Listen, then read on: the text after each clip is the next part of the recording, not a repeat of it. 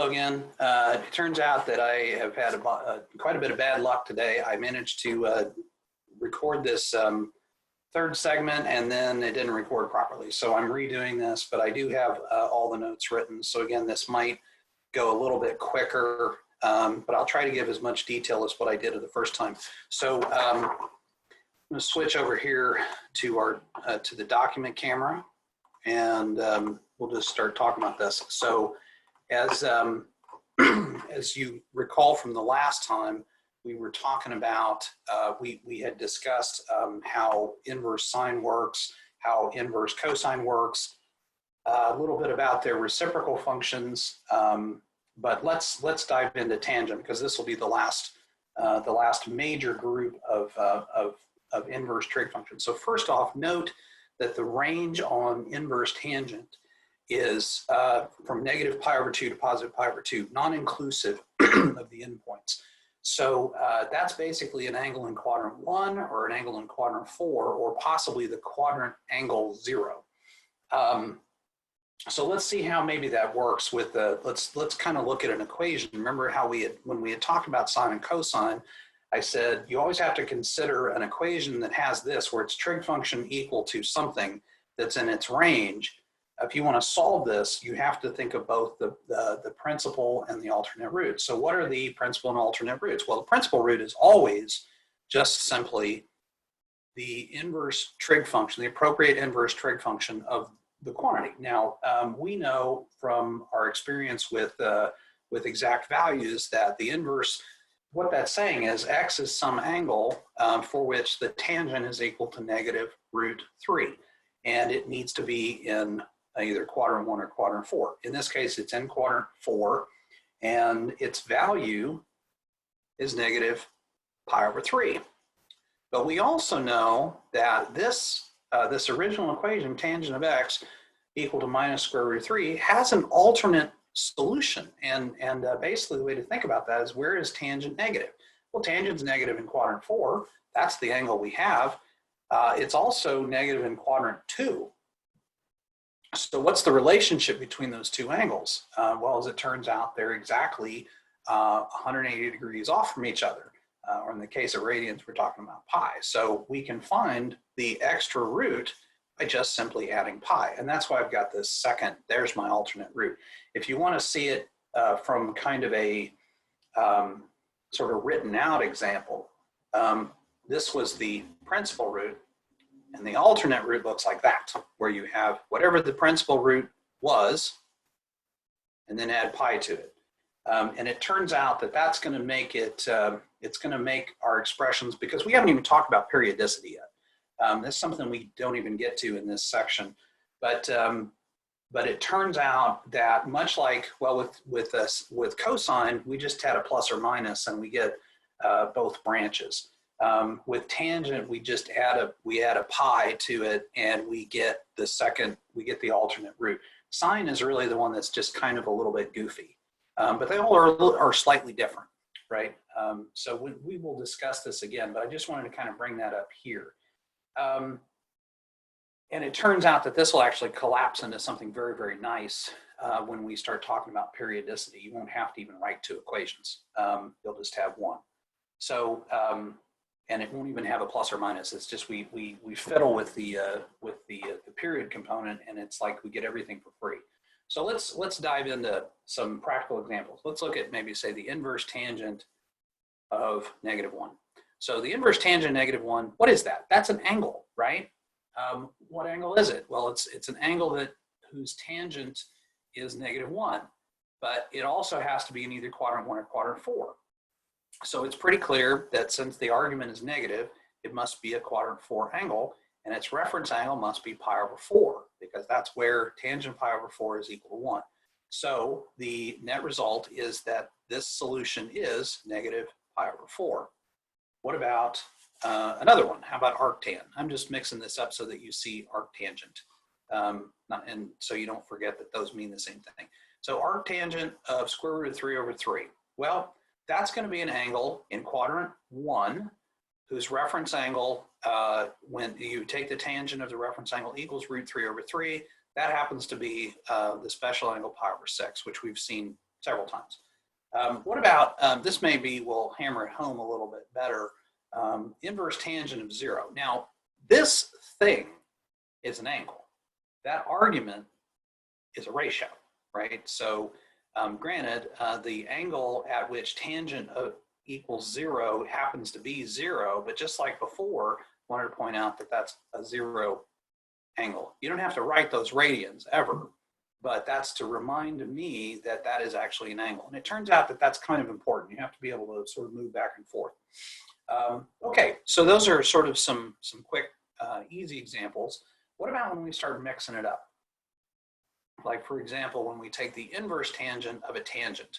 So the way to think about this is to reduce, start in the middle, reduce it down, and then turn it into the same kind of problem we were doing before. So the tangent of negative pi over 4 happens to be negative 1, which we already knew. And then the inverse tangent of negative 1, it's sitting right here, is negative pi over 4, right? So kind of an easy example there. What about some that are a little more complicated, especially dealing with range and domain? So what about this one, where we have the inverse tangent of the tangent of negative 3 pi over 4?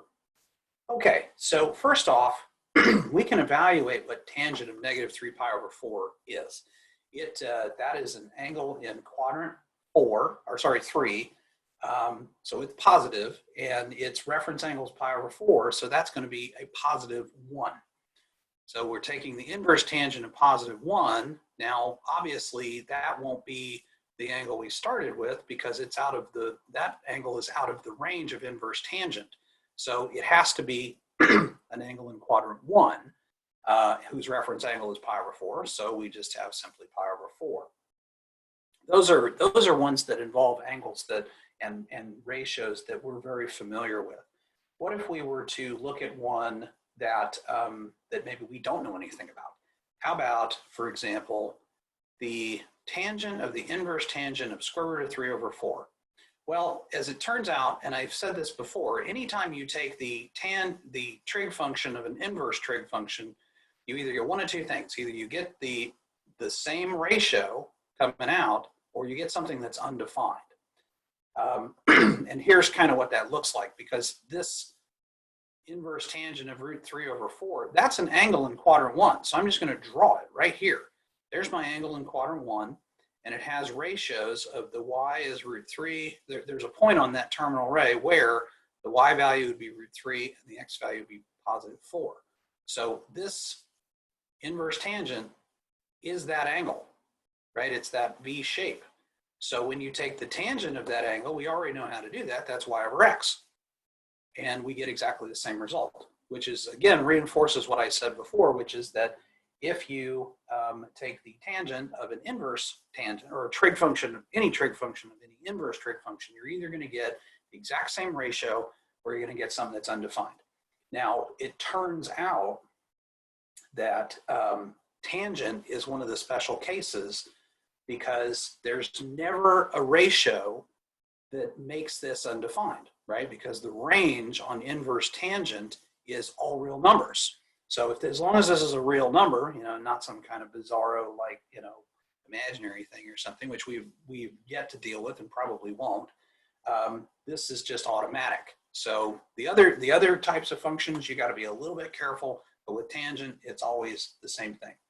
So I want to talk a little bit about cotangent, and then maybe just reciprocal functions in general. And since I've been a little bit quicker on this repeat of this, I'm going to talk a little bit about some that I didn't last time. I didn't think it was particularly relevant, but we've got the time. So consider inverse cotangent. Now, inverse cotangent, its range is from 0 to pi. So it's angles in quadrant 1 or angles in quadrant 4. And as you recall, I said quite some time ago, I said that there's no inverse cotangent button on your calculator. So how do you use that? Well, you got to be a little bit careful, but you can use the inverse tangent. The thing that gets reciprocated, though, is actually the argument. So if you were trying to find, for example, the inverse cotangent, or sorry, inverse cotangent of -3/4. I don't know, some angle, but I know it's an angle in quadrant 2. And you might think that you can just get it by taking the inverse tangent of -4/3. And it turns out that's not true, because the inverse tangent of -4/3, while it is the same reference angle, is actually an angle in quadrant 4. So you have something in quadrant 2 and something in quadrant 4. They are not equal to each other. But how could you get them? How could you get that equality? You just simply add pi to it. Now, what this tells you then is that inverse cotangent can be written as a piecewise function. So normally, if x is positive, then inverse cotangent is just the inverse tangent of the reciprocal 1/x, right? If, on the other hand, x is negative, you have to add pi to that result. And you're thinking, well, that's pretty slick. The only thing that's missing is for values of x that are 0. Why isn't that in there? Well, if you plug in 0 into this equation, you're going to get something that's undefined, right? So you're trying to take the inverse tangent of an undefined ratio, you're not going to get any answer. However, we do know that cotangent achieves a value of 0 at pi/2. So if we add a sort of a third piecewise bit, we would have that if x is actually equal to 0, then the answer is just pi/2. So there's a way to kind of break down inverse cotangent into but being able to calculate it on a calculator this particular way. You just got to be real cognizant of the SIGNs on these things. As I said, I was thinking about possibly I don't know that it's really all that super relevant because cotangent is just kind of them one weird ones where the domain, the range of the inverse function does not share a whole lot with the range of the inverse reciprocal function. The other ones like secant and cosecant, they're actually the same quadrant angles. They're in the same quadrants. They just have a couple of places where they're not defined, which causes a little bit of problem. But this one's really kind of bizarre, and I wanted to make note of that to you. But I think I'm gonna cut it off here because there isn't really much to say about secant and cosecant besides what we already have in the previous segments. So what we will do in the next segment is that I'm going to look at some combinations, right, where we have both, where we have different trig functions like sine of and inverse cosine or something, and that actually starts to get really quite complicated. And I'm going to work through some of those problems. It may even take me more than one segment to complete that, but I will stop my long-winded diatribe here, and I will see you in the next video.